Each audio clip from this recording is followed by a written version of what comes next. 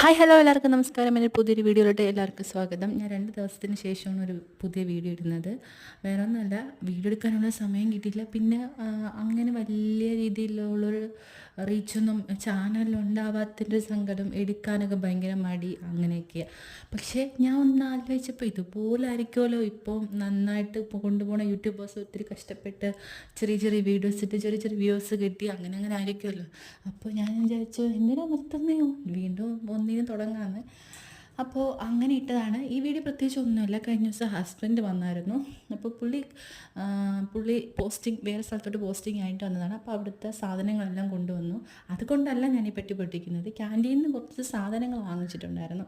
അപ്പോൾ അതൊക്കെ നോക്കാൻ വേണ്ടി ഈ പെട്ടി മാത്രമേ ഞാൻ പൊട്ടിച്ചുള്ളൂ. ബാക്കിയെല്ലാം ഡ്രസ്സ് അങ്ങനത്തെ സാധനങ്ങളായിരുന്നു.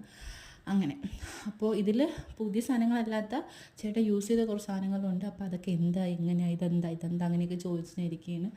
അവരും ഉണ്ട് കേട്ടോ. പക്ഷേ ചേട്ടൻ അങ്ങനെ ക്യാമറയിലൊന്നും വരത്തില്ല, മുഖം കാണിക്കരുതെന്ന് പറഞ്ഞു. അപ്പോൾ ഓക്കെ, ബൈ, ടാറ്റ.